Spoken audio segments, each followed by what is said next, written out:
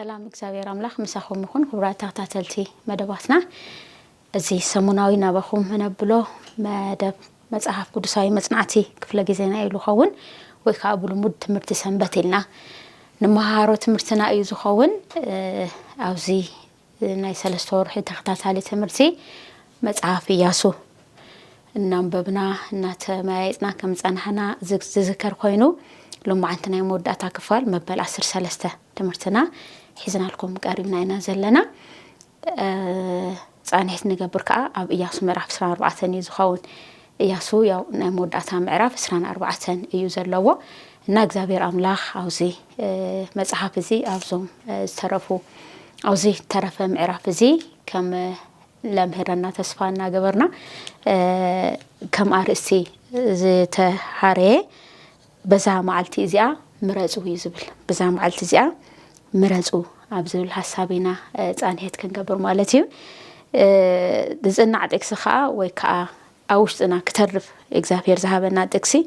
كم زيبل إكزافير مقلقال كفوق خينو انت ترأيكم مسي نمن كم تقلقلو نتوم أبوتاتكم أو كن يروبا زقلقلوهم زنبارو أمالكسي وي أمالكسي نايتوم نسكاتكم أمدرم اسنبرو زلهم أموران لومي حريو أنن بيتهنجنا نجزابيرنا ناقلقل زيناي إياسو قاليو أو زناي موداتا معرف تزاربو مالتيو مبعر بزي حساب بزي إنا بحبارز أنهيت كنقبرو مالتيو أب استيديو مساي دقنالو ألفا أوميغا كموخا أسيرالو مالتيو كتذكروا تخونكم يو كنجمر كلنا بحادينا زميرنا أما أخيل كالوتون أحواسني رومنانا مزازمي خاكنا صدق إكزافير سلالة أنا إكزافير سمسكن يخون قعد حان مزاهم قويتا يسوس بالرخيب بالكم والتي كبرات تحتلتي مدباسنا زي تمرتي زي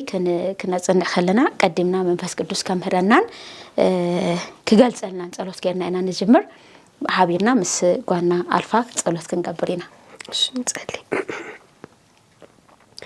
نمسكناك قوتي معاري خزون صام سلاسل اللخا أزينا نمسكناك آمين أو أدمي خامسينا تطعمي قدوسيك الحاكن المهار إنهم أو أدمي خالينا أما أخذنا تركبنا عدمك لنا آمين قوتي معاري تم حلال فوت دل من أختها خلوك تم حلال فلنا منك آمين أتفلينا بشم كريستوس آمين آمين آمين شي كويتا يبارك الفايه كم تحزي زنببنايو بزا معلتي زيا مرصو بالحساب كم مأتوي نريو ناياسو معرف 24 حسابي تاي حيزو سياسو 24 زبلينا نري مالتيو اوزي معرف زي مجمرا كيدان አሎ እቲ كيدان ግን ኢያሱ ዝተቀበለው ተዘይኮነስ مستون مس أبوتات مسن موسى إجزافير لاتيو كيدان إجزافير أب إياسو كحدثوا خلوا إن نرئي زلنا جماري إتي كيدان ويخ أمأتوا يعلوا إياسو معرف سنة رؤسا مالتيو كل أي حساب نريوخا أمونغو إتي قويتان إتهم زيغاتاتن زيغبر زلو ركب ويخ مقدم والو هذا مصحف كصحف كله تاينو مأتوا الله ودو دغنا مقدم يلو كاو وشط ياتنا مقدم الله كاو طلبت كيدان انتاي يحز اوشطو زبل ነገር እቶም ዜጋታት ወይ ካእቶም كيدان ዝቅበሉ ንጎይቶም ሙሉእ በሙሉእ ተአማንት እንተኮይኖም ዝረኽቦም ጥቅምታት لحازون ايو مالتيو رابع حساب كنري خلنا تعزازنت تلو بركه الله تعزازنت انت زي اللي خا مفراس لما تايلو مرغم الله سلازي اتي كيدان تاي حيزو انيو مالت بركه مرغم كم زحازه انا نري حمش حساب كا ما مساكرت الله እግዚአብሔር بزي مسكر يقدفناني بالوادو توانا مسكر أبز مدري منفس قدوس مس منفسنا يمسكري كاوز أيجن إجزافير أبوتات نبيات حوارات أو زورينا كم دامنا زخون مسكر اللونا أو زمت عفون كن ريك لنا ما مساكرسي كم زلوا إنا نرئي مالتيو دحرو أو شي حساب كا نتي مصحف تايخون يسند بقى إياسو مصحف بس مدمدمتا يسند كم زخلونا نرئي ኣብቲ ሻውዓይ ነቲ ዝተሰነደ ታይትገብር ታጽድቆ ማለት እስራኤል ተስማምዑም ምስ ኢያሱ ታይገሮም ነቲ መጽሐፍ ከዝድቁ ከለው ኢና ንርኢ ማለት እዩና እንግዲህ ኢያሱ ከዓ ናብ መወዳእታ መንገዲ ኩሉ ሰብ ይኸይድ እዩ ዘሎ ኣሪጉ እዩ ስለዚህ ልክዕ ከምቲ ዳዊት ዝበሎ መንገዲ ኩሉ ሰብ ይኸድለኩ ኢሉ ወደ ሰሎሞን ስለዚህ ኢያሱን ኣብ ቅድሚኡ ዝነበሩ ኣቦታቱ ከም ዝኸድዎ ናብ ሞት መንገዲ ቀሪቡ ከም ዘሎ ኢና ንርኢ ማለት እዩ ካሊ ግን ቀጺሉ ግን መን ከም ዝመርሕ ኣይተነገሩን ኢያሱ ብዝገርም ግን ናይ ኢያሱ መጽሓፍ መወዳእታ ድሕሪኡ ቀጺሉ መሳፍንቲ እዩ ዝመጽና መሳፍንቲ ከዓ ሰብ ድላዩ ዝገብረሉ ዘመን ከም ዝነበረና ንርኢ ዘለናና ኢያሱ ኣይተነገሩን ልክዕም ንሙሴ ተነጊሩ ወዶ ሃቦን ኢያሱ ተባይሉ ኣብ ኢያሱን መጽኸለና ግን ሃሙ ኣይነበረን ስለዚህ ቃል ኪዳን ዋና ወሳኒ ዝኾነ ፓርቲያው ማለት እዩና እዚ ቃል ኪዳን እግዚአብሔር ዘኻኽር እዚ ናይ መወዳእታ መጽሐፍና ኢያሱ ማለት እዩና እግዚአብሔር ቅዱስ እዩ እግዚአብሔር ቀና እዩ ዝብል ሐሳብ ኣው ያመጥና እግዚአብሔር ቀና እዩ ማለት እዩ ቅዱስ ማለት እዩ ድብሉን ኣብ ማእከል ክንርኢና ማለት እዩና ፍቅርን ናይ ምምራጽ ነጻነት እዚ ላምበብና ይወዶ ፍቅርን ናይ ምምራጽ ነጻነት ንርኢ ሰብ ካገልግል እንተ ኮይኑ መሪጽ ይወዶ ኣብ ፍቅሪ ግዴታ የለን እንታ ፍቅርካ ዝኾነ ነገር ክትገብር ትኽእል ማለት እዩ እንተ ዘይደሊካ ግን ፍቅሪ ማለት بفقد تهوى نجار أهلوننا مرزق يلو كنجرام كلو إنا نرئي مالتنا سو زينة بحوار كنا كنرئي مالتنا زي كله كنرئي خلنا جن بينو أملاخ مرحومي بلنا نزي كله بينو أملاخ كم زمرحوم نرئي حساب يزخون مالتنا وزناي مجمرتها للو حتى ككايدمو إياسو معرف سران 4 كحادث كعصر سلسة بزلو حسابنا عن هيك كنقبل مالتيو مجمرتها جن قدر حدا سران 4 قدر حدا أبزلو حساب حدا سنبت مرسنا يا ملقمت ونجارلو سكيم زبل شمي يعني برافتي إياسو معرف سران 4 حدا مالتيونا سكيم نمنتأيو أوزي تماريسو نمنتأيو زي شمزي أوزي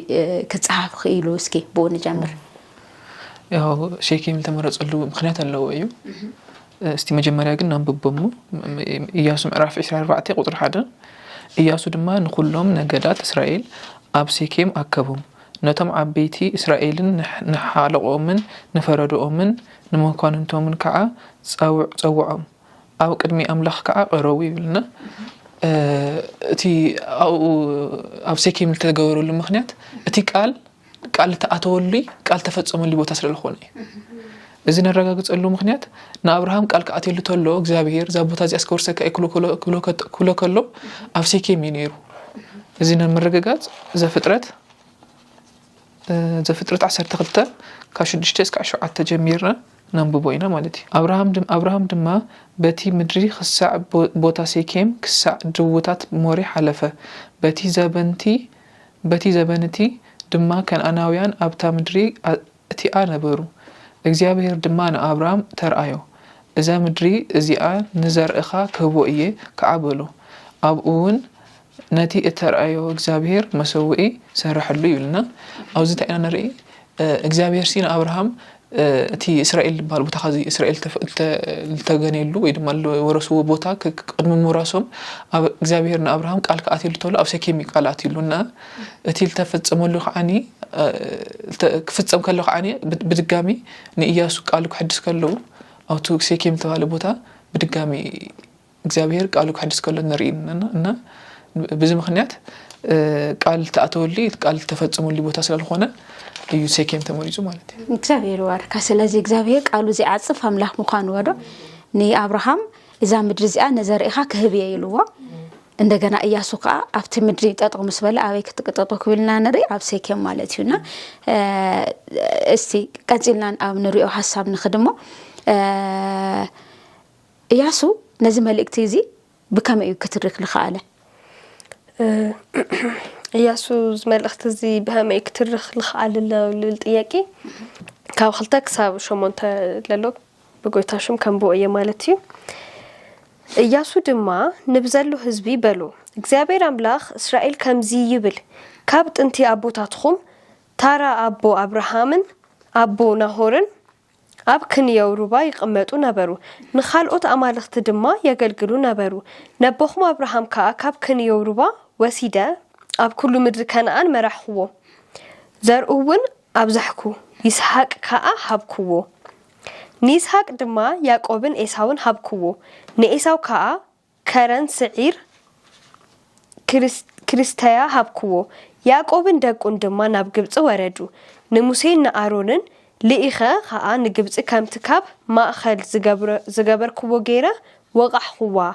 دحرت دما أوصاخوهم نبوتاتهم كا كاب جبصي أوصاخوهم ناب بحر دما بزحكم اتم جبص أبان كا نبوتاتهم بسهلجلاتات بفراسن كسع بحر إرتراس هجو كوهم ناب እግዚአብሔር مستمهللو أب منجوهم أب منجو جبص أبانن تسألمات قبلة نتبحر كأنا بلعليهم سجدوا دفنهم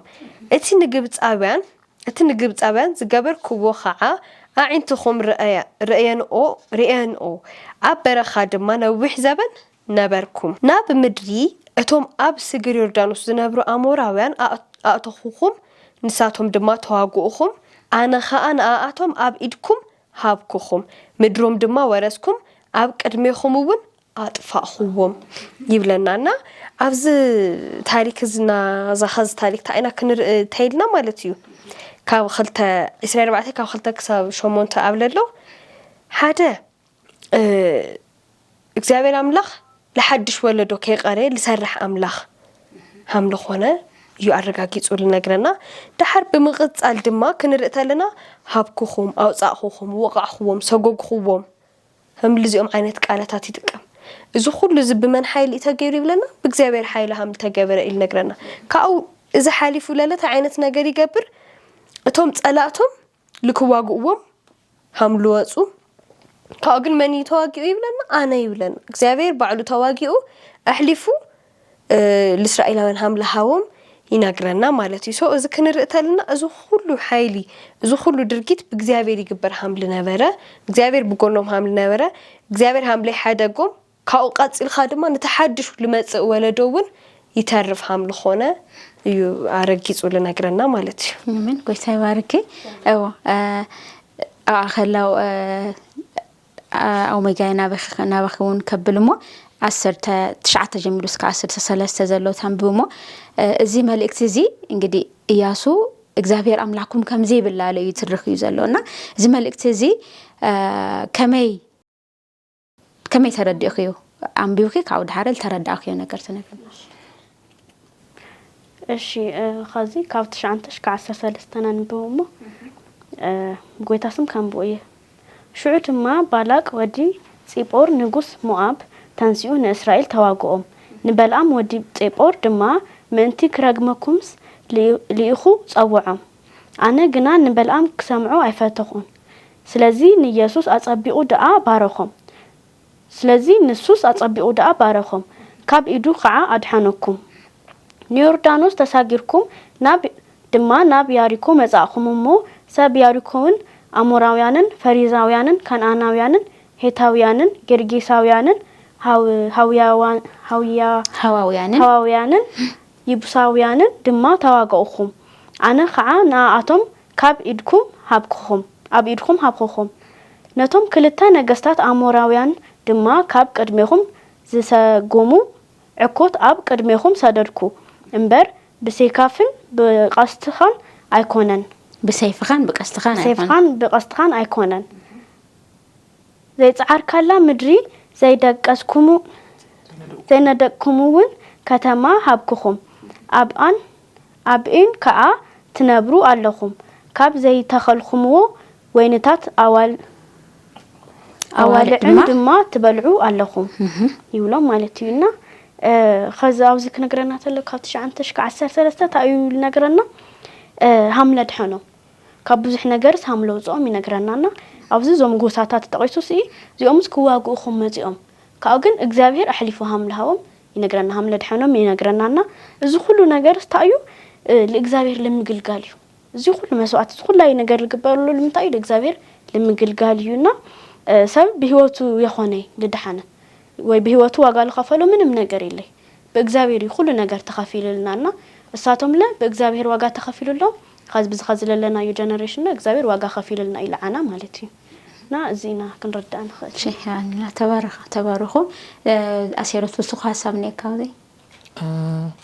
ያው ልስኹ ታልዩ ታዩ ኣብ ህይወትና ሃለን ኣብ ህይወት ነበርተለናስ ለይርዳእና ነገር ነው እሱን ታዩ በበዓልና ሰሪሕና በበዓልና ጽዒርና ነምጾ ነገር ይመስለና ብዙሕ ነገር ግን እቲ ሓቂ ክንሪኦ ተለና ታዩ እግዚአብሔር በመሕረቱ ስለልሐሰበና بچرنته ስለልሐሰበና በይ በዓልና ንገርና ምንም ነገር የለይ አውዙኒ ይነግሩይ አحنا ለይተዋጋናሉ ነገር ለይተዋጋናላ መሬት አحنا ለይኸፈልናላ ዋጋ ለይኸፈልናላ መሬት ይውኩም ልሉናና አحنا ካላ ምድርን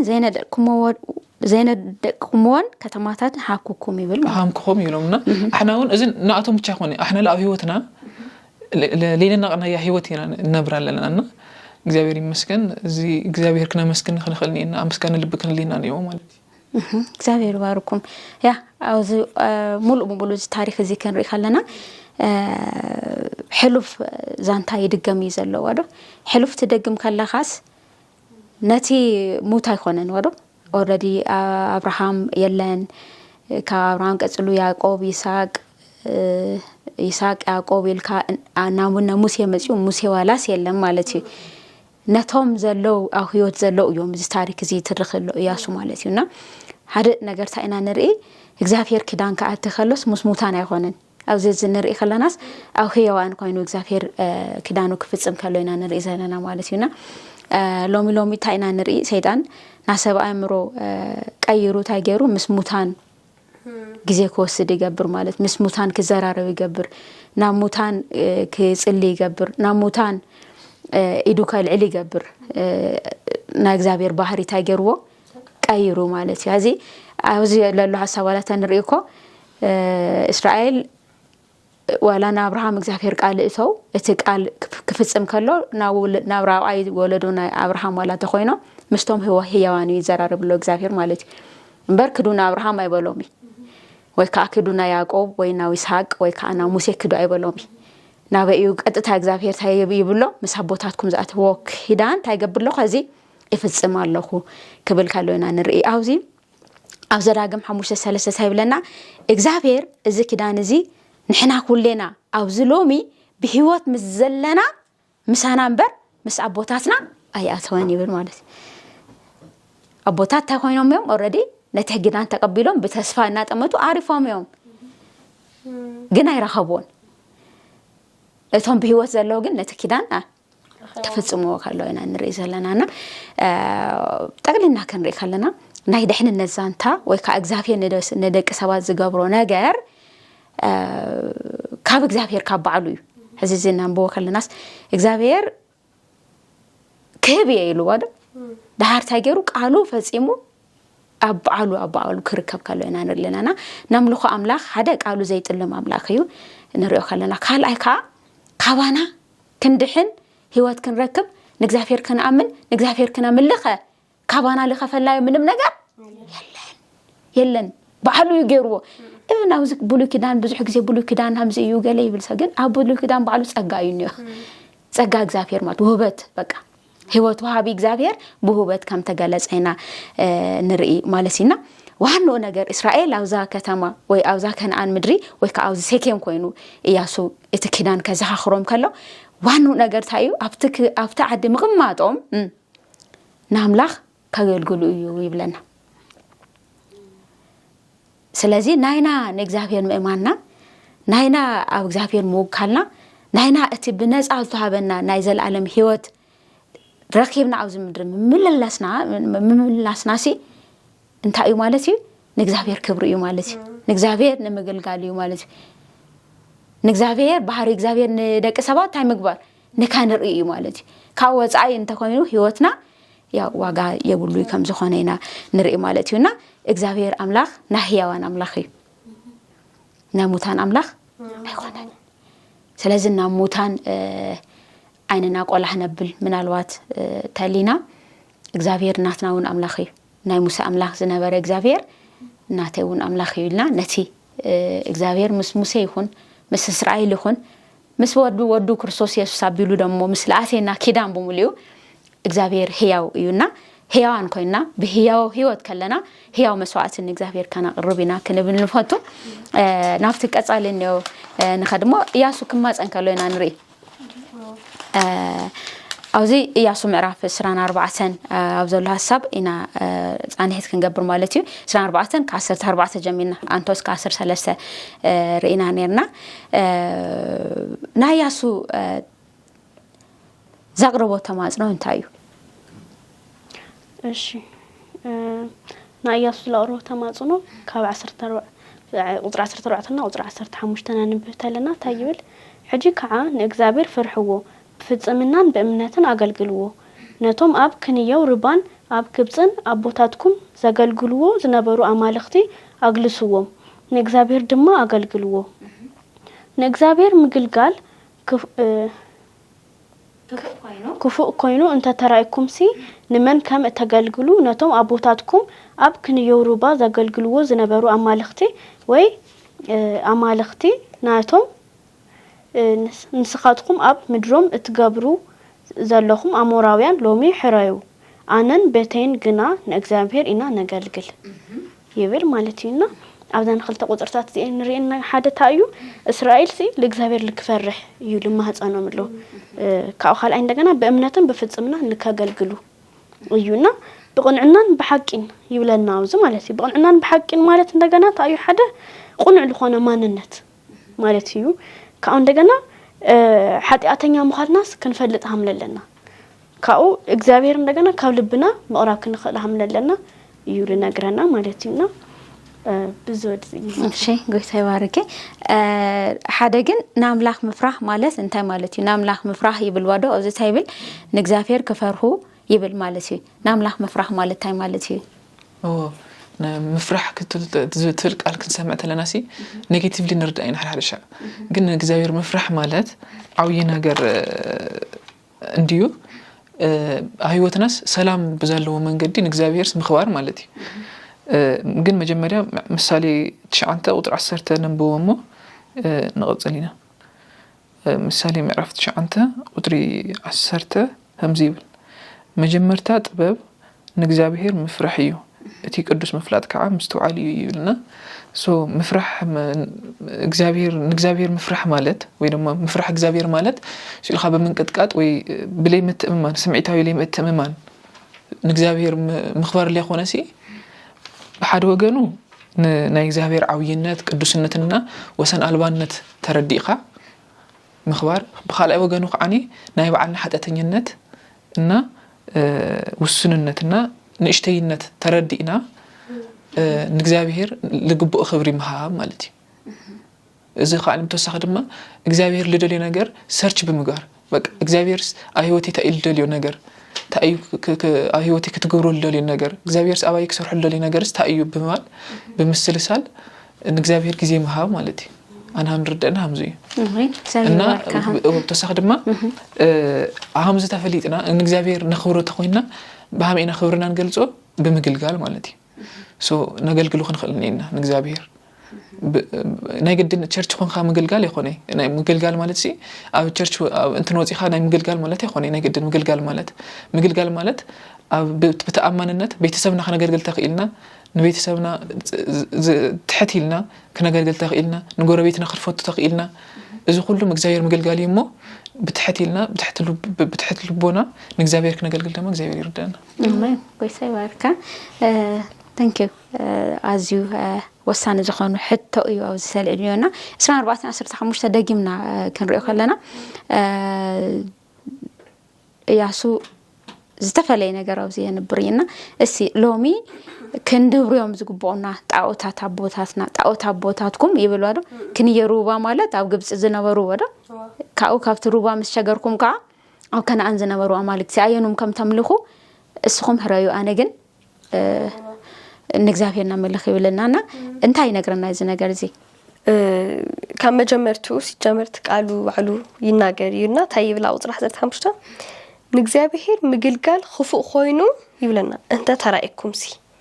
نجزاهير مقلقال تاخو أنت ترائكم خفوق خوينو أنت ترائكم سي نمن كم تقلقلو ነቶም አቦታትኩም ክንየው አብ ክንየው ሩባ ዛገልገልኩምዎም ዝነበሩ አማልክት ወይ አማልክት ናይቶም ስኻትኩም አብ ምድሮም እትነብሩ ዘለኹም አሞራውያን ሎሚ ሕራዩ ንእግዚአብሔር ምግልጋል እንድሕር ክፍአት መስሉ ተራእይኩም ካፍቶም ሽካ ዝለገልግልዎም ልነብሩ አማልክቲ ምርጫ አቅርብሎም ካኦም ሓዲኦም ሕራዩ ነገር ግን ይብለና አነም ቤተይን ለመኒና ነገልግል ይብል ንእግዚአብሔር ኢና ነገልግል ይብል እዚ ማለት አውዚ ኻሊ ለለ ንሪኦ ነገር ታይኒኦ እግዚአብሔር ናይ ምርጫ አምላኽ እዩ ብጣዕሚ ናይ ምርጫ አምላኽ አምልኾነ ይነግረና ክንመርጽ ተለና ግን እታ ትክክለኛ መልሲ ግን ያምጠልና እዩ ስትራግል ክንገብር ወይ ቻሌንጅ ክንገብር ከኾነስ ዛ ትክክለኛ መልሲ ይነግረና እዩ ክንመርጽ ለለና መልሲ ይነግረና ክንመርጾ ልግበእና ናይ ህይወት ምርጫ ይነግረና እዩ ግን ድማ ዲክታተር ለኾነ አምላኽ ይኾነ በሆም ለእዩ ኢያሱ ታይብሎም ኹዱ ትልለመድኹም ወጎሩ አነ ግን ይብል አነም ቤተይን ግን እግዚአብሔር ኢና ነምልኽ ይብል እዚ ማለት ለለ ኢያሱ አብ ህይወቱ ተዓውይ ጥቅምኒእዎ ኢሉ ለሓሰቦ ወይ አብ ህይወቱ ተአቅኒዕ ለእዩ ህይወት ኢሉ ለሓሰቦ ምርጫ ሃምሊ መረጸ ልቶም ሰባት ይነግሮምሎ አነም ቤተይን እግዚአብሔር ኢና ነምልኽ እስኹም ልትደልይዎ መምላኽ ትኽእሉኹም ምክንያቱም ንእግዚአብሔር መምላኽ خفات يو خف حسابي لكم تحاسو تخوينكم ግን ምንም አይነት خفات ሃምለ ይሉ ኢያሱ አነ ባዕሌ ከረጋግጽልኩም ይخلي ምክንያቱም አነና ቤተይ እግዚአብሔርና ነምልኽ ኢሉ አርግጽ አቢሉ እግዚአብሔር መምላኽ ምንም አይነት خفات ሃምለ ይሉ እዩ ልነግረና ማለት እዩ አምላኽ ባርኪ ናባሴር ናባኻ መጽሞ አምላኽ መምላኽ ናሲ በከመ እዩ ክግለጽ ዝኽእል ናብነታ ዚሎሚ ከንሪ ካለና ሰባት በጣም ብዙሓት አማልክት አለው ማለት እዩ ግን አማልክት አይኾኑን ኢሎምዮም ዝሓስቡ ቢዶም ሲኢሎም ተሸኪሞም ካዱና ንርኢ ቀሪጾም አብ ገዝኦም አብ መንደቅ ገይሮም ክጉንቡሑና ንርኢ በቃ ናጁባ ዋላ አምላኽ አለው በነገራችን ላይ አሎ ሃም አይነት አምልኾ ርኤና አው ጁባኦም ሂዞም ይጓዙ ማለት አምላኽ ልባሉና ግን احنا ሰማይን ምድርን ባህርን አይነ ማያስን ለምልኽ እግዚአብሔር መምላኽ ናሲ ከመዩ ክግለጽ ልኽእል መጀመሪያ እንትን እዚ ቅድመ መምላስናስ መጀመሪያ አምላኽሲ መን እዩ ኢልና ክንርዳ ክንፈልኒና ማለት አምላኽና እንሎ ነገርስ ምክንያቱ ከይተፈለጠና ክነምልኾ ነገር ስለለ ህይወትና ማለት እዩ እቲ ህይወትናስ መሰረታዊ ጌርና ንቆጽሮ ነገር ወይ ድማ ህይወትናስ ንፈርሖ ነገር ኾን ይኽእል ናህይወትናሲ እዚስ መሰረታዊ ነገር ይንሎ ነገር ተሃልዩ እዚ አምላኽና ይኮን ልኽእል ናና ምክንያቱ ሓደ ሰብ ኣብ ህይወቱ ሰብ ብለይ ገንዘብ ክነብር ይኽእል ኢሉ ተሓሲቡ እዚ አምላኽ እዩ ገንዘብ አምላኽ ኮይንወሎ ማለት እዩ ኣብዚ ኸዚ ዘመን እስቲ ሓቅን ምን ነገር ምሸት ሲ መጽሐፍ ቅዱስ አንቢብና ጸሊና ከምድቃስስ ቲክቶክ ናራአና እስከ 8 ሰዓት እስከ 9 ሰዓት ናምሸና ندقس سندي ساتني ناس إذا نعلو حد أنتني إذا ستيكتوكس أملاخنا إلهون نلال بلي من نترتار مالتي سو أملاخنا تأيو مسارتاوي نجار تفليتنا أملاخنا تأيو أيوة ناس أملاخ كويننا نجار نيو لول نجار تفليتنا السو أوجدنا نستي حي كله أملاخ كله خالي أملاخ نملخ لنا مالتي سو تيجي تقلنا را تي نملخ أملاخ سي بهامينا نقلصو سو جيزي بمهاوي نجزاوير ناملاخ ناس اتي أويوتنا أملاخ خويننا للو نجار حديقنا وريسنا نملاخنا جيزيك نوكلنا نجزاوير هم نملخو نفلت مالتي سو جيزين هو نجار مفلاي وانو نجار إلى العام هو أب مصحف قدسنا ون تتقصو تقصات اللورو قالها كلت إسراء كان ريخ لنا تايب لنا بحري كريستوس مبلاسي لومي ብዙ حسابنا على لخانه لكتلو ነገር አለው ወዶ በዚህ همزي አሲር راح ዝዝበሎ አምላኹ እዩ ማለት እዩ እሱ ዝገሮ ነገር ምግባር ደስ ይብሎ ብዙ ግዚኡ ብንኡ ክርኢ ንኡ ከሐስብ ናቱ ነገር ከከተል ጊዜ ይወስድ ማለት እዩ ለካ አንቶ ታይልና ፍርሃት እግዚአብሔር ማለት ወካ ንእግዚአብሔር ምግልጋል ማለት ወካ ቀንናን ሐቅን ሂስካ ምኻድ ማለት ሌላ ተርጉምና ወዶ ንኾነ ነገር ውሽጣዊ አተሓሳሰባ ለውጥ ይመጽ ማለት ውሽጣዊ አተሓሳሰባ ለውጥ ምስ መጸት ታይኻትኾን ነቲ ውሽጣዊ ለውጥ ለምጸልኻ ነገር አገልጋሊ ትኾን ማለት ሙሉ 24 ሰዓት ዋላ ንኡ ትክተሎ በቃ ተኻይድ ማለት ሰብአይ ናዓሉ ላይፍ እኮ ይነብርሎ ይኾን ናኻ ከም ምፍጣር ካሲ አይፈልጠካን ወይ አይትፈልጠካን ትኸውን ይኸውን ማለት እዩ አህሙ ነው ማለት ሙሉ ጊዜና አህልፍና ነው ነገር አለውና ሕዚ ግን ዋኑ ነገራዊ አው ዙርያና ንዘለው ከናርኢ ንኽእለሉ ነገር ታዩ ሓደ ባህሪ ክርስቶስ በመልባስዩ ማለት እዩ ባህሪ ክርስቶስ በመግላጽዩ ማለት እዩ ልክዕ ከምቲ ዝበልናዮ ጊዜ በመሃብ ይወዶ ቃል በመንባብ በመጽላይ ጊዜ ምስ ክርስቶስ በመውሳድዩ ካ ልክዕ ከምቲ ካልኦት ነገራት አእምሮና ለሕዙ ነገራት ውን ጊዜ ሂብናዮ ማለት ጊዜ ሂብናዮ አገልገልቶም ንኾን ማለት እዩና ውሽጣዊ ለውጢ ክመጽእ እንተኾይኑ ጊዜና አብና ተፈወቦታ እዩ ክኾን ማለት አንተ ጥቅስ ግን አንቢብናት ከነሐልፍ ደስ ይብለኒ ፊልጵ 4:13 ፊልጵ 4:13 ናንብሞ بدحريو عرفت وصينا نملسينا فيليبيسيوس 4:13 بتي حيلي ذهبني نخولو اخولو ايه يبلنا تاي مالسيزي كم تانتون رؤيو صنحنا اتي تغباراوي مغبار يكون مدلا يكون اوشتنا نبر منيو منفس እግዚአብሔር ማለት ባህሪ ክርስቶስ እዩ አባናና እሱ ካከን ፈልጥ ንخيل ማዚዩ ምስ ክርስቶስ ክንጓዓስ ከለና ጊዜንኡ ክንህብ ከለና አው ህይወትና እተናይ ቀዳማይ ቦታ ናው ክንገብር ከለና ታዩ ኸው ማለት እዩ ካባና ተዘይኾነስ ናቱ ባህሪ ታይኾን ኃይል ንሃበና ይኻድ ማለት ኃይል ይውስኽ ፕራክቲካል እኮ ማለት ተግባራዊ ንርኢና ወደ አው ለኾነ ቦታ ጊዜ ለጥፋና ይቁጥሪ ናቲ ነገር እሱ አገልገልትና ይሞሃን ባህሪ ነና ወደቅ ሰባት አፍታ ጊዜ ለጥፋና ቦታ ናአስ ባሪ አይና ንኸው ማለት ስለዚህ ና ክርስቶስ ባሪያ ከሆን ለየሰብካ ታይኾን በተኃይል ዝህብ ክርስቶስ ነቲ ባህሪናቱ ታይገብር ይጓዓዝ ማለት እዩ ክለብስ ይጓዓዝ ማለት እዩና ብኦ አምጺና ታይኾን ከሆን ንኽኢልና ማለት እዩ በገነናን ሐቅና ክንመላለስ ንኽኢልና ማለት እዩና እንግዲህ አውዚ በአብዙ ተጋላው ለለናሉ ምድሪ نزون كنردع مالتيونا كنتقرر خلنا فرحات وشطاوي تحساسوا لوط يامص وشطاوي تحساسوا لوط خاتا يامص نتي التلوط كاي ነገር ናይ መገልጋል ያምጽና فرحات እግዚአብሔር ከለና ከመኻ ውሽጥና ተለዊጡ ንእግዚአብሔር ከናገልግል እቲ አምድር ተፈጠርናዮ ዕላማ እሱ ይልና ወዶ ናይ እስራኤልን ዕላማ እሱ ነሩና በዚ ለሐሰብና ክብራት ተኸታተልቲ መደባትና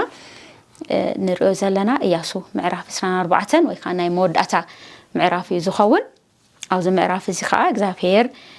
ናፍተ መዛዘም ሐሳብ ታይታይ ከምነ ምህረና እንልዕልና ንማየት እና ዘለና ምሳና ስለ ዝኾንኩም እግዚአብሔር አምላኽ በሰማይ ስፍራ በክርስቶስ ኢየሱስ ይባርኩም እዚ መይጥ እዚ አይተወደን ንሽተን ሰከን ጸንሕና ክንምለሲና ምሳና ጸንሑ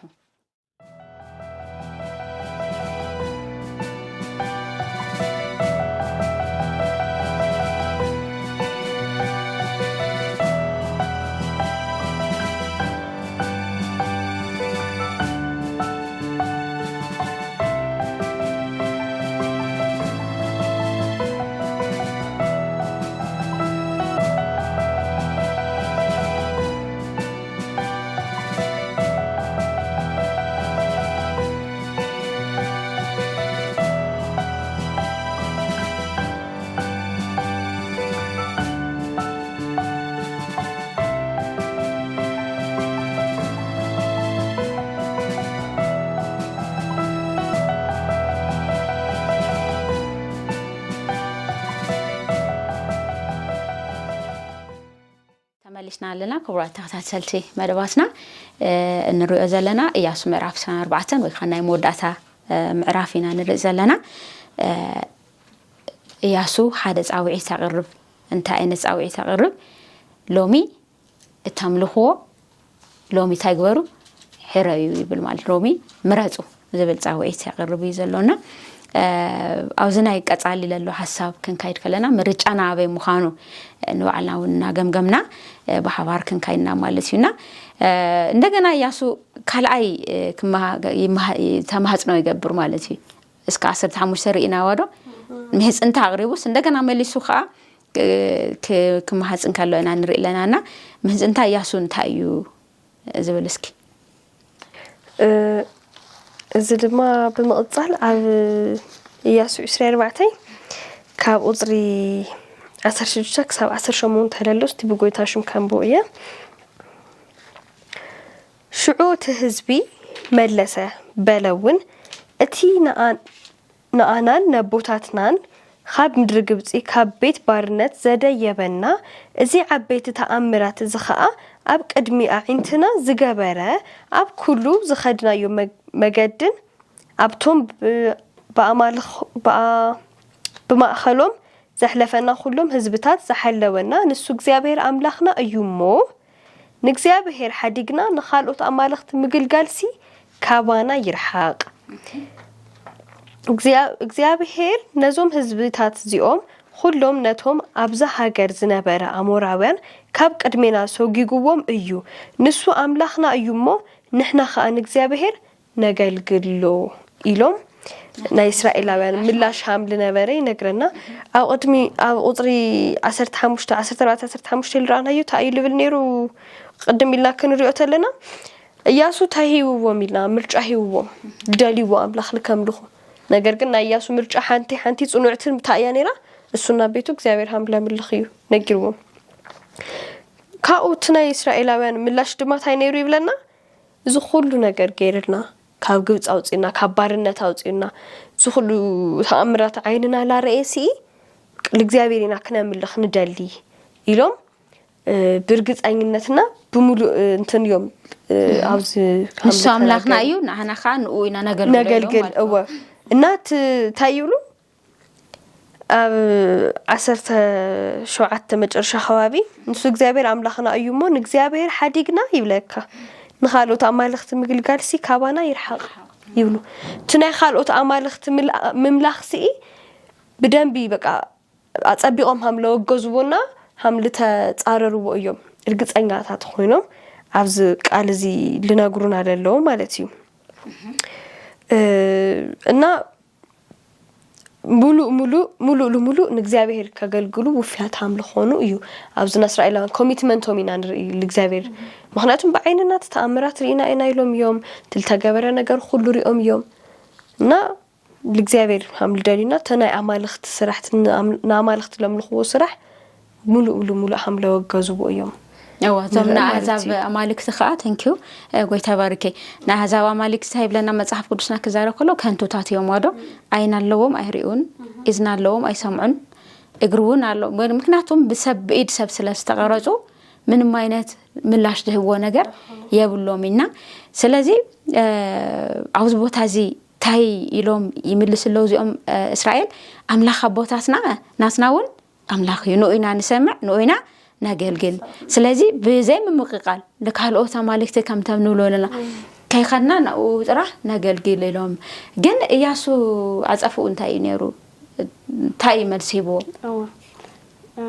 መልሱ እንደገና ከ19 እስከ 21 ንርኡይና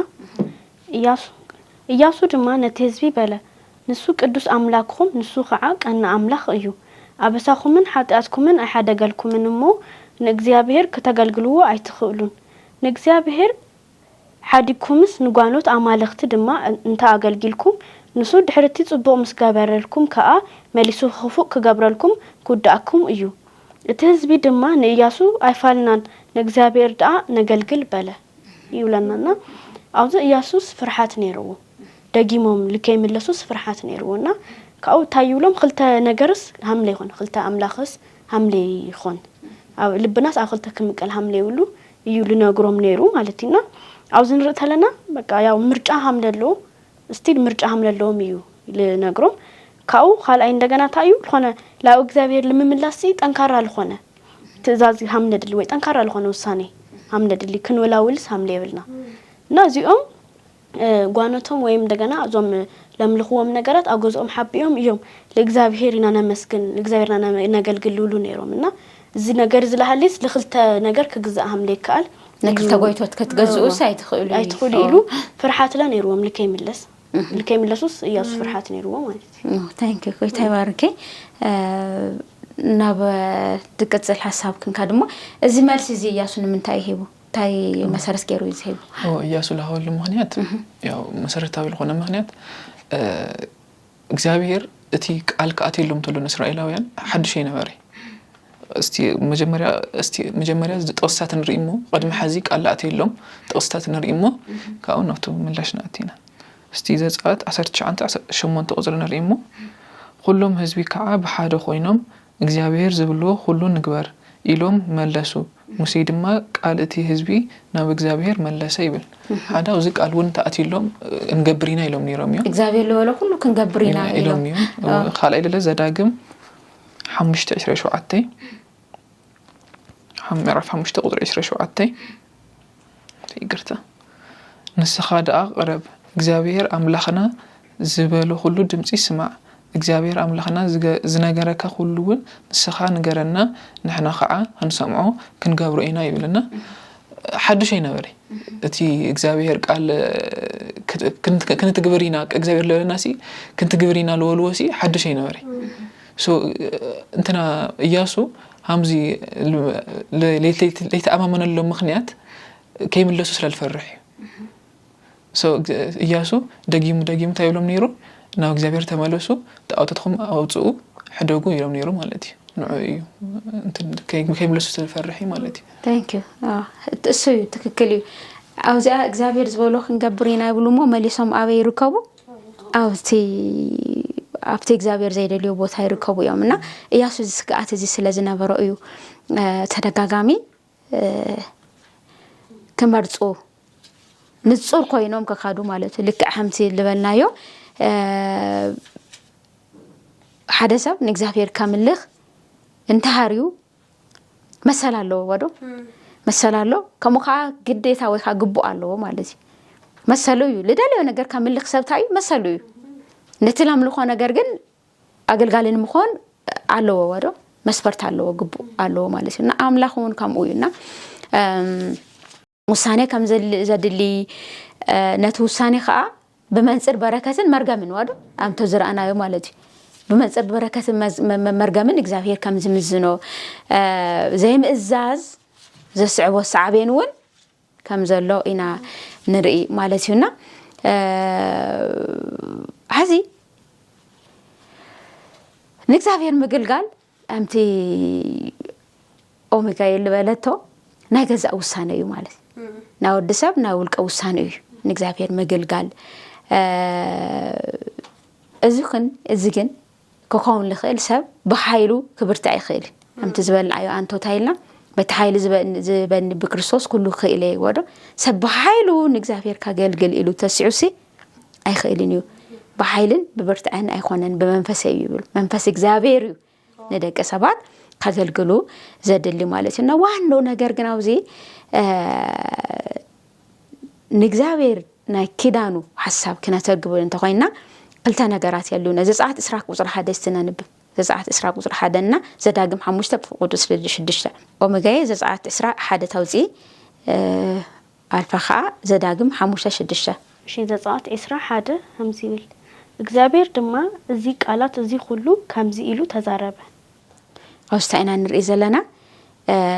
مس إخبار مس مدحانيت ويتانا مدحانا يس كريستوس ولك أو زخانة ركب انت زي دمس إخبار كسامع ودسب أي خيل مال توزيزي تايبل زي أم بايزوي دحرو إسراق وصر حدا جمع إخبار تزاربه مسبلا يكتسليو أسو تزازات يوم تغميتهم نيوم مالي سلازي زي أم تقباراتنا إخبار نمي تقبار تنام جمرا نقر تايو دمس إخبار مسمع وساني مالتي دمس إخبار نمسمع كعا ولقاوي زخانة ركب مس إخبار يلي كايو مالتي سؤالو أي سمعن إخبار دمس مالتي أولا لا خايو تقميت كاكا ودحارة دمس خاص مع النتايل خايو خاني باتي بمتأن جزي موساد زفتر نقر كم زخانينا نرئي ما زداق حموشة شدشة تايبل زداق حموشة شدشة دما كاب مدر قبزي كاب بيت بارنت زوز أخوها عن إخبار أملاخ كاية يا كاب حاتيات مدري ካብ ጥፋዓት ምድሪ ካብ ውድቀት ምድሪ ዘውፃሁካ መን ኣነ እግዚአብሔር አምላክ እዚ ክልተ ነገር በነገራችን ይዛረበና አለው ማለት ትራይ መጀመሪያ ለፈጠርኩካ ኣነ እየ ዝብል ነገር ይነግረና ተካልኣይ ኸዓ ባርነት ተመልስካስ ናፍቲ ባርነት ምሳተኻ ካኡ ካብቲ ባርነት ወን ለብጻሁካ ኣነ እየ ይሉለናና ሎማንት ወላ አድስትና ተዘይ ኮይኑ ናይ እግዚአብሔር ናይ ስራ ናይ እግዚአብሔር ናይ ፈጣሪነት ባህሪ ይነግረና ማለት ፈጢሩና ፈጣሪ መኻኑ ሓቲሙ እንደገና ኸዓ ምስ ወደቅና ኸዓ አድሕኑና መድሓኒ መኻኑ ሓቲሙ ከም ዝኾነና ንርኢ እዚ ኸዓ ኣብቲ ናይ ራብዓይ ትእዛዝ ናይ እግዚአብሔር ይርከብ ዓለም ብዓለማት ዝጥሕሳቶኒ ትእዛዝ ማለት እዩ እስቲ ናብቲ ናይ መወዳእታ ዘሎ ሐሳብ ክንከድሞ ካው ክንጥቁለሎናና ኢያሱ ጣዖታቶም ክድብሩ ዝሓቦ መተሐሳሰብ አሎ እንደገና ደጊሙ የተሐሳሰብለውና እዚ መተሐሳሰብ እዚ እንታይ እዚ መተሐሳሰብ እዚ ኣብ ኢያሱ 24 ካብ ቁጥሪ 22 ክሳብ 24 ኣብለሉ ነግኒዮ ንኽእሊና ብጎይታሽም ከምቦየ ኢያሱ ኻነቶም ህዝቢ ንስኻትኩም ንእግዚአብሔር ከተገልግልዎ ኢልኩም ከም ዝሓረኹምዎ ንስኻትኩም ንርእስኹም ምስክር ኢኹም በሉ ንሳቶም ድማ ምስክሪና በሉ እምበኣር ሕጅስ ነቶም ኣብ ማእኸልኩም ዘለው ጓኖታ ማለኽቲ ኣግልስዎም እሞ ልብኹም ናብ እግዚአብሔር አምላኽ እስራኤል አቢልኩም አቅንዑ እቶም ህዝብ ድማ ንኢያሱ ንእግዚአብሔር አምላኽና ነገልግል ቃል ኸዓ ንሰምዕ በልዎ ቃሉ ኸዓ ንሰምዕዎ እና ኢያሱ ጣዖቶም ልክድርቢው አርጊጹ እዩ ልነግሮም ሎም አይደብረዩ ማለት እዩ የደርበዩ ተደጋጋሚ ይነግሮም ሎ ምክንያቱም በጣም ኮሚትድ ኾይኖም እግዚአብሔር ከም ልኽወሃም ልደልዩ ምናልባት ተናጊሮም ወይ ቃልአትዮም ክኾኑ ይኽእል ነይሮም እዮም ግን ስቲል ኣብ ገዝኦም ታይ ይብለና ጓኖት ልኾኑ አማልኽቲ ይብለና ለይፍለጡ አማልኽቲ ልኾኑ ጣዖታት ሃምለለው መጽሐፍ ቅዱስ ዋዕሉ ጓኖት ኢሉ ይጽውዑ እና ሃምለለው ይነግረና ኢያሱ ድማ እዚ ነገር እዚ ይፈልጥ እዩ አንቶ ለሃምት አሲር ለልዕሉ ሐሳብ ይጠራጠሮም ነይሩ እዩ ጣዖት ተመሊሶም ላብ ጣዖት ልተመለሱሉ ልምምዳት እንየው እዩ እግዚአብሔር ካብ ባርነት የውጾም ለእግዚአብሔር ተወሰነ ጊዜ የምልኽዎሙ ተመሊሶም ላብ ጣዖት ይምለሱ እዮም ለለ ኣብ ለኾነ ሰዓት ለኾነ ተአምር ይፍጠርሙ ለለ እግዚአብሔር የምልኽዎሙ ተመሊሶም ላብ ጣዖት ናይ መምላስ ልምምድ ነይሩዎም ይና همز عينت لممد هم لهم إياسو سلال فلت إيو أنتو لب أرجت أبيلو السنة بيتون إخزابير هم لهم الخل تناجرة كقبل تناجروا وحسبنا بالهوا وملاش دما تايبلهم بلو يبلهم توم قانوت أمالختي أجلسوا وميبل كمن تاي كاو جزهم خلاتهم بقالهم كوالا هم تتناجروا قال أتيهم يبل إخزابير كم لخو جنستيل توم نح أحد حدهم جزال اللو تأوت نهم للو يلنجرنانا ስለዚህ ኢያሱ እንደገና ስጋት አለው በዞም ጣዖታት ምክንያቱም እስራኤል ኪዳኖም እንደህር አፍሪሶም ከጠፉ ከም ዝኾነ ይረአው ነሩ ማለት መንፈስ እግዚአብሔር ሲገልጾ ነሩና ተደጋጋሚ ይነግረው ነሩ ታንክ ዩ ቀጽሎ አብዘሉ ሕቶ ከርከና ደሞ እዚ መልስ እስራኤል እዚ ምስ ናይ ሓድሽ ኪዳን ዘላ ቤተክርስቲያን ዘመሳሰል ነገር አለውና እንታይ እሱ استناريهم ننببمو ننبب نرينا إذا حدش كيدان بيت كريستيان كنا ريتلنا يجبرها بريات معرف عصرش أنت وزر عصرش ما أنت كعصرش أنت هم زيبل كابتم زأمنوا خعاب بزحات نتي زجبروه إن تأمنون إن نجارون مزو بزحات تم قلت دما مزحفتهم أكيوم أب كدمي خلو عنددو واجو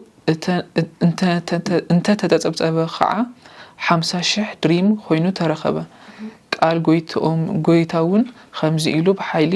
ዓበየን በርትዓኒውና ተመሳሳሊ ያው እዚኦም ለክርስቶስ ቀበሉ ከለው እቲ መጽሐፍቶም ዘምጣን ቆልቲ እቲ መጽሐፍቶም እቲ ጣዖታቶም አቃጺሎም ማለት ሶ እንትና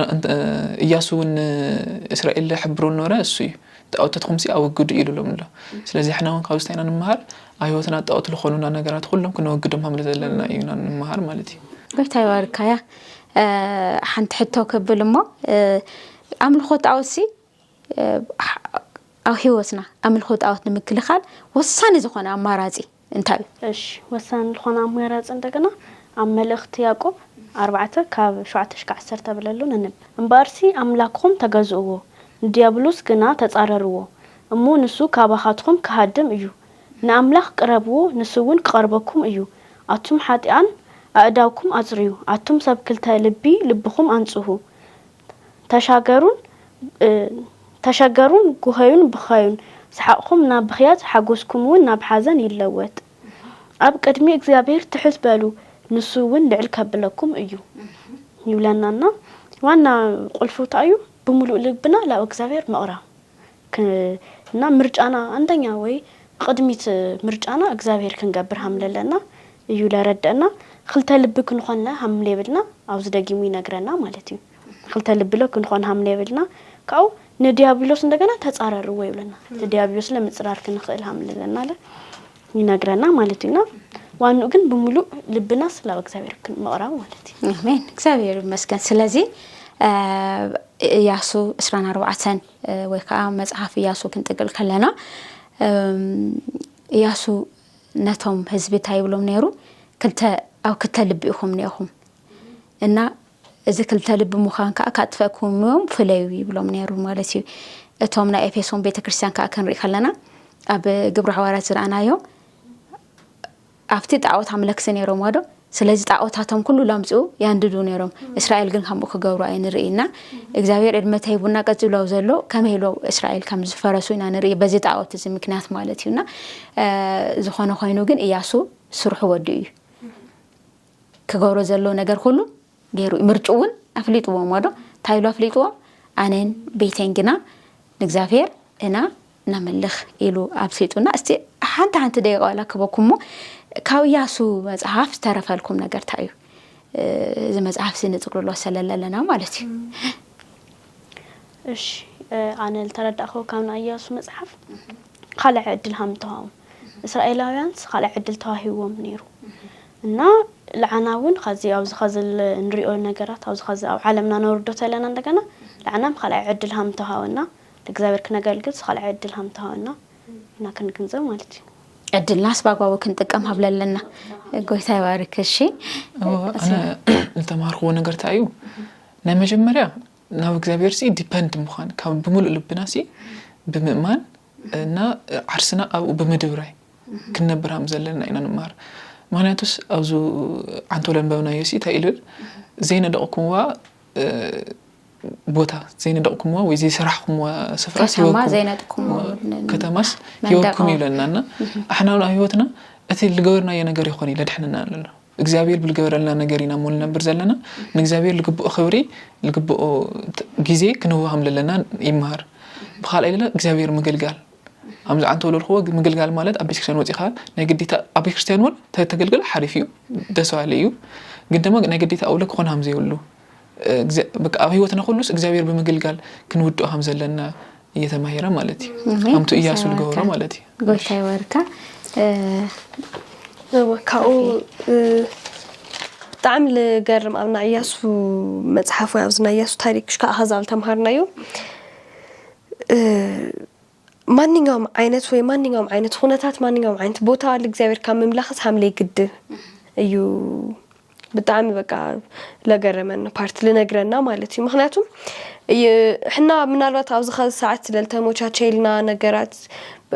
ምናልባት ካብዝ ሽዕቱል ኖርቡ ሰዓት ተናይና ጊዜ ኸዚ ሞሮፍ ለእግዚአብሔር ለመገልጋል ለመምላኺል ተሞቼ ሰዓት ይለይል ሐስብ ምክንያቱም ኢያሱ ኣብ ጦርነት ኾይኑ ለእግዚአብሔር ለምልኾ ነይሩ ወላ ጦርነት አምለ ገደው ይነግረና ተና እግዚአብሔር ስራሕ ለከሰርሕ ጦርነት ይሐዞይ ጭራሽ አይነት ስራሕ ይካይድ ነይሩ ግዝረት ይካይድ ነይሩ ናይ ግዝረት ስነ ስርዓት ይካይድ ነይሩ ምክንያቱም ናይ እግዚአብሔር ኽብር ልበቅዕ ልኩኾን ምንታይ ተና እግዚአብሔር ኽብር ካምጓር ለድሕሪት ይበለና ወላ ጦርነት ወላ ውጣውረድ ይኹን ወላ አልተፈላለየ አይነት ኹነታት ኾይንኻ እግዚአብሔር መምላኽም ትኽእል እዩ ኮንፈርም ገይርና ኢያሱ ይለይል ሐሰብ ወደ አብ ደንበ ጦርነት ወንካ መምላኽ ወደ መሰው ይሰርሑ ነይሮም መስዋዕት ያቅርቡ ነይሮም ርኢና ነርናና እግዚአብሔር ተመስገነ ይሁን ሰው ጥቅልላ ቢናና ኢያሱ መጽሐፍ ክንርኢ ከለና ያው ከምቲ ህዚ ዝበልኹሞ እዩ ዝኸውን ማለት እዩ አነ ሓደ ጥቅስ ካነበሞ ድሓረ መጨረሻ ና ኢያሱ መጨረሻ 30 29 ክሳብ 33 ዘሎ ናይ ኢያሱ ታሪክ አንቢምና ንዛዝሚና ማለትዩ ታይብለና ኢያሱ ምዕራፍ 1 ፈቅድ 9 ጽናዕ ትባ ኢሌዶ አያዘሱካን እግዚአብሔር አምላካ ኣብ ተኻዶ ሁሉ መሰኻዩሞ አይትፍራ አይትሸበር ከዓ ኢሉ ማለትዩ ጽናዕ ትባ ኢሌዶ አያዘሱካን እግዚአብሔር አምላካ ኣብ ተኻዶ ሁሉ መሰኻዩሞ አይትፍራ አይትሸበር ኢያሱ ይፈርህ ነሩ ማለትዩ ይሽበር ነሩ በነገራት በዝርአዩ ብዙኾኑ ነገራትና እግዚአብሔር ግን ትባ ጽናሕ አነ እግዚአብሔር አነ መሰኻ ስለዘለሁ ወር በኃይልኻን ብናትካ ገልጽ ምን አይሆነን ግን አነ መሰኻ ስለዘለሁ ተባይሎ ማለትዩና ሞዳታ ካይና ክንሪ ከለና 14 ስናይ ሞዳታ ና ኢያሱ ሐሳብ ክንሪ ከለና እዚ ና እግዚአብሔር ባሪያዚ እግዚአብሔር ዝበሮ ሁሉ ፈጺሙ ከም ዘዓረፈ ይነግረና 29 ከም ዚብል ድህር ነገር እዚ ከአ ኾነ ኢያሱ ወድነይ ወይ ባሪያ እግዚአብሔር ወድ 110 ዓመት ምስኮነ ኣብ ዶብ ርስቱ ኣብ ከረን ኤፍሬም ኣብታ ኣብ ሰሜን ከረን ጋዓሽ ዘላ ቲምና ሴራህ ድማ ቀበርዎ ይብል ማለት እንግዲህ እዚ ሰብዚ ስናይ መጀመሪያ ነገር እስኹም ታምልኹ ወታግበሩ ብለዩ አነ ግን እግዚአብሔር አምላኽ ይለዋጸኒ እሱኻ መንገዱ ተገረ አርኤኩም ኢሉ አቢ ዝኾነ ምስክርነት አቢ ዝኾነ መንነት እርግጸኛ ኮይኑ ኮይ አነን ቤቴን ግን ተንገብ ንእግዚአብሔር እነና አምልኾ ንባዓሉላ ንቤቱላ ላትረፈሰብ ከም ዝኾነና ንርኢ ዘለናና እግዚአብሔር አምላኽ ተመስገነ ይኹን ለነበረና ጻንሄት ሁሉ እዚ ይመስል ክብራ ተከታተልቲ መደባትና እንግዲህ ፍጻሜና መጀመርታና ምስ እግዚአብሔር እንዳር ጀሚርና ኣብ ማእኸል ብዝገጥመና ነገር ሁሉ ሕስ ኾነና መንዩ እግዚአብሔር እዩ አሞዳታኻ ፍጻሜና ታዩ ጽቡቕ ይኹን ምስ እግዚአብሔር እዩ ዝኸውንና ምርጫና ምስ እግዚአብሔር ክንገብር ምክንያቱ አምቲ ዝራእናዮ ካባና ዝኾነ ገለ ነገር የለን ኣብቲ እግዚአብሔር ለድሕነና ድሕነት ኮይና ክንካይድ ማለት እዩና አሞዳታ እግዚአብሔር ንዝሃቦ ተስፋ ቃል ታዩ እሙን እዩ ምትእዛዝ ናበይ መርሐካ ናው ህይወት ይመርሐካ እቲ እግዚአብሔር ለሃቦ ተስፋ ቃል ምትእዛዝ ናበይ መርሐና ናው ህይወት ይመርሐና ማለት እዩና زي متأزاز جن نبدأ فاتن موتن يجوستنا نا إياس متعرف إن قدام مودة عزيز نقرنا كبرات تقطعت التمدواسنا ناخم لإجزاهير أملاك عزيز باركم كم تقول شعلوا لكم جنا تمهروا جنا روحوا تأمتي تخدوا جعزوا تجعز لهم نقصات قلوبكمنا إجزاهير أملاك من قدكم كل يوم راحهم جعزهم كعكم تنأياس جعزوا يكون إلىكم رأكم يدلي كبرات تقطعتلتي مدباتنا متحف ياسو زي مثل أو تعليق أكل إجزاهير لا دالينا من بس قدوس لمزالنا تمرسي حبينا كن مهارنا إنقدي الناس ناقو عزون أو زاق عقلت أم زمال عمدري أو زاق بسأل مال توعد أتمدري بتي أي تفرح أي تشاور إلكا إلى دو أي عزز سكان إلو لعزز إجزاهير تسفاق على نات أمتنا وعزونا بعوض كنفسم فقعد إجزاهير يخون ناخم لإجزاهير أملاخ بسماء سراب كريستوس يسوع يبارككم كنوا لكم نفضوا نزي مدبزيز الله سجلنا نزازمينا إجزاهير نايكات أليس سمون سباتي بلنا قوي تبارككم مس أوميغا الله كنجبرينا مالتي نزلي نمسكنك كزيروبو خزون صام سنة للنور خاتم مسكن آمين قالها كنا مهارون سلالرد أخنا تمسكن آمين خزون بقالنا حليفو ساقول كبار خسخاك تكبري لمنك آمين بسلام سلالأخا خمخانا تمسكن آمين خزون بسلام كنا نفرع لينا مس 5 سنة خون آمين شو ميسوس يتفرينا آمين آمين